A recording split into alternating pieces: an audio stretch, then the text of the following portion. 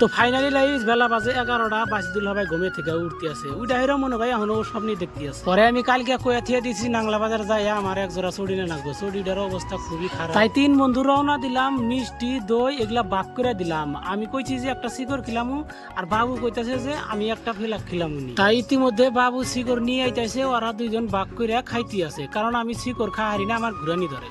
নাংলা বাজারে যাইতে গলা হিনি বিলা দিয়ে একখানে মেলা হইতেছে, তাই ভাবলাম যে একটু কাতিলি ঘুরা যায়। ঘুরবার আয়া দেখি কলেজের ছাত্র একটা কলেজে নাইকা সবটি মেলার মধ্যে ঘুরবার আইছে। মোটামুটি মেলার মধ্যে খেলার বস্তু ভালোই আনছে, ঘুরানি মুরানি কেরেং মেরেং সব আনছে।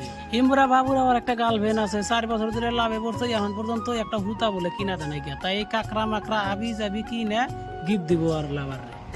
তো আঙ্গ এখন কেনাকাটা শেষ হইলো, এখন ডাইরেক্ট যেমন নাংলা বাজারে আগে মিষ্টির দোকানে। তো ফাইনালি লাইস আয়া বললাম মিষ্টির বাজারে। মিষ্টির সাইজ দেখলি জিবার পানি এবাই পারে, মনে করে সবচেয়ে দইরা খাইয়া দেই। তো ইতিমধ্যে মিষ্টির দোকানে আয়া বইয়া বললাম, তো একটা মিষ্টি দিল, একটা মিষ্টিতে বাসুদুলের গাল উঠতেছে না, কয় আমার 5টা মিষ্টি একবারে জানাকবো।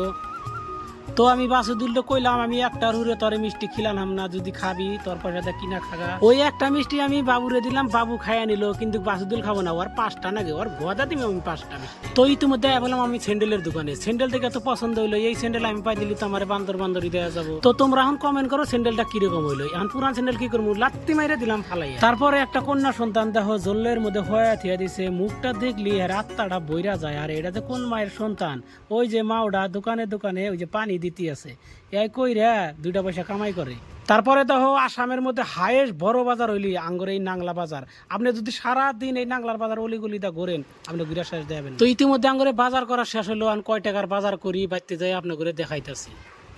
তো ইতিমধ্যে বাজার টাজার কইরা বাবুর কাছে মাথা ঘুইরা বাসদুল খালি ওরে বুঝাইতেছে, কারণ আগে দুইজনের পকেটের পয়সা খাইয়ে আমি নুড়ে দিছি।